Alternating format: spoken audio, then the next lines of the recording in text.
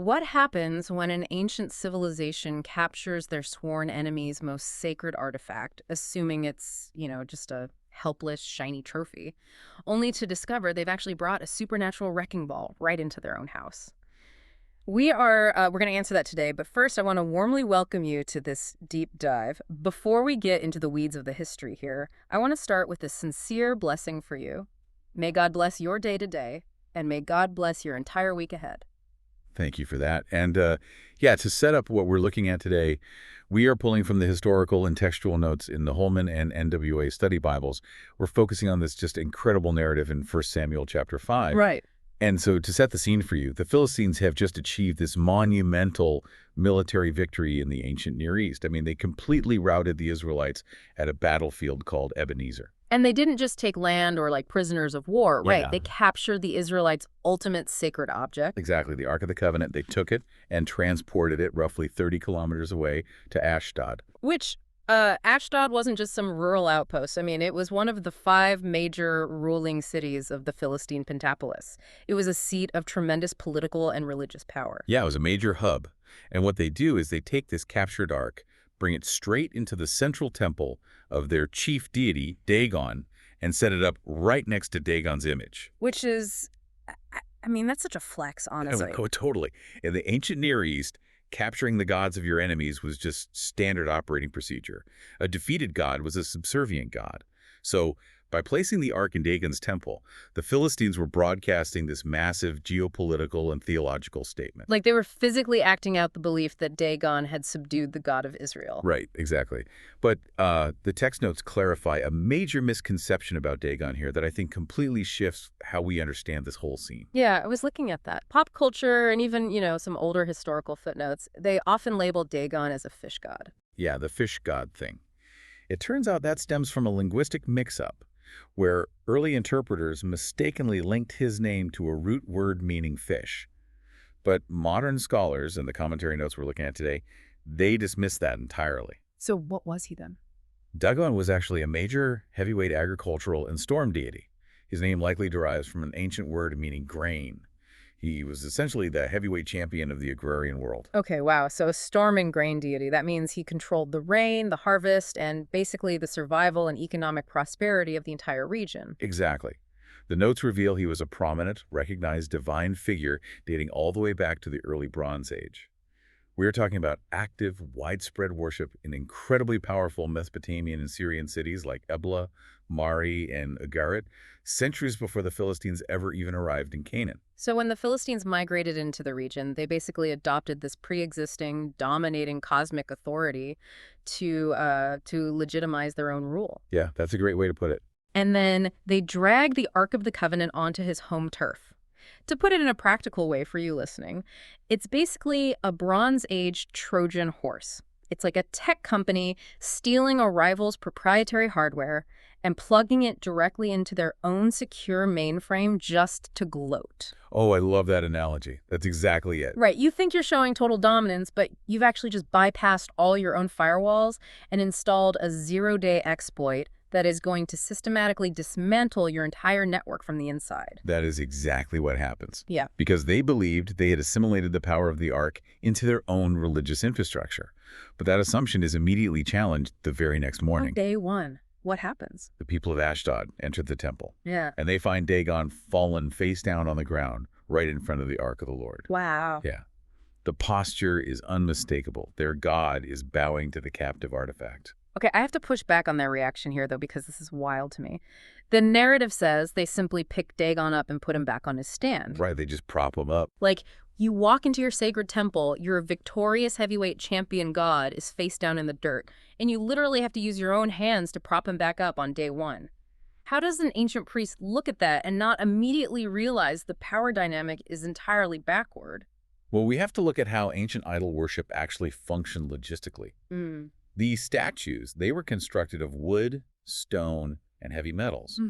They were really top-heavy. Oh, so they were prone to tipping over anyway. Yeah. In the ancient world, it was just understood that idols occasionally fell over, due to seismic activity, unstable foundations, or just poor balancing. Okay, that makes sense. So, to a Philistine priest, A physical mishap in the temple doesn't automatically override the reality of a massive military victory at Ebenezer. Hmm.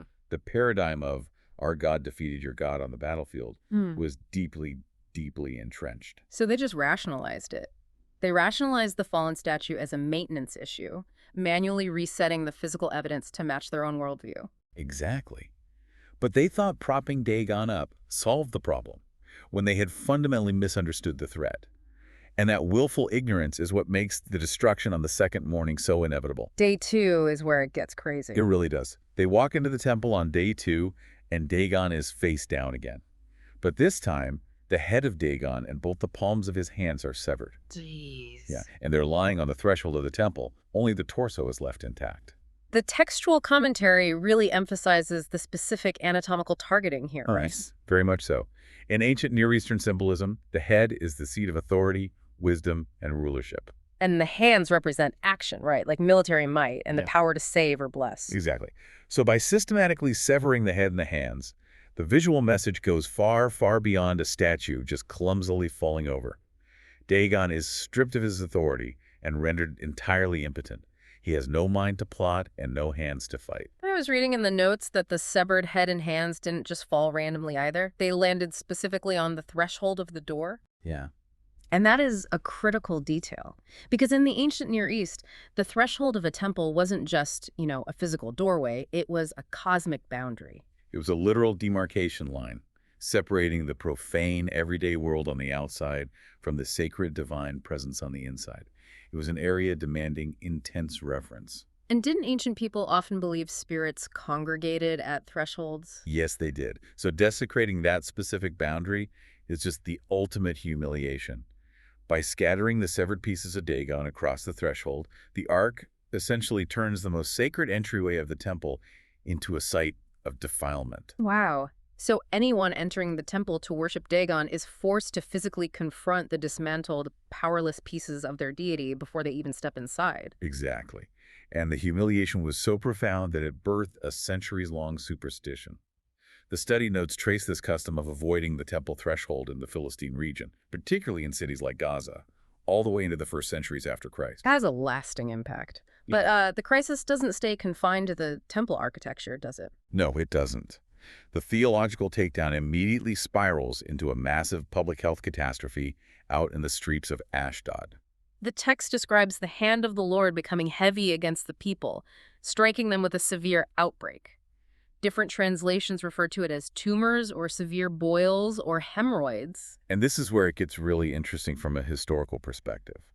The medical context provided by scholars in the commentary links these physical symptoms to the bubonic plague. Wait, really? The bubonic plague? Yeah, and this connection becomes much clearer when we look slightly ahead to chapter 6 of 1 Samuel.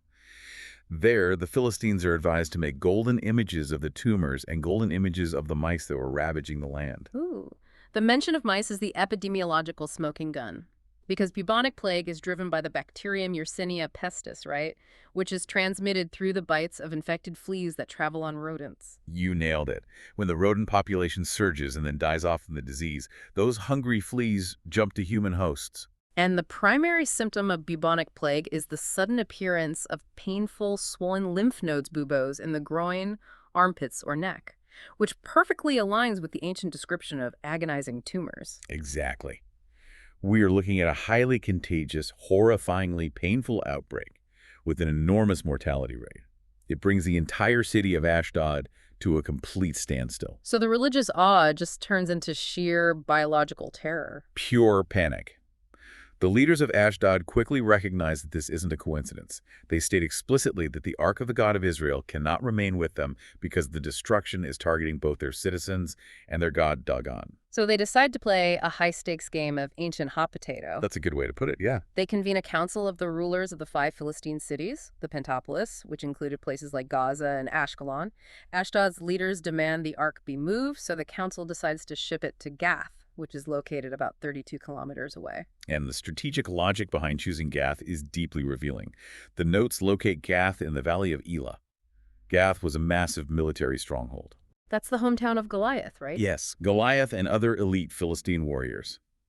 By sending the Ark to Gath, the Philistine lords were attempting to solve a spiritual and biological crisis with military containment. Ah, I see. The underlying thought process is that if Ashdod wasn't strong enough to hold the Ark, perhaps their most fortified, militarized city could suppress whatever force was causing the outbreak. Right. But, as you can probably guess, military might is completely useless against this kind of threat. Yeah, I mean, the moment the Ark crosses into Gath, the exact same devastation erupts. The text notes a very great panic striking the city.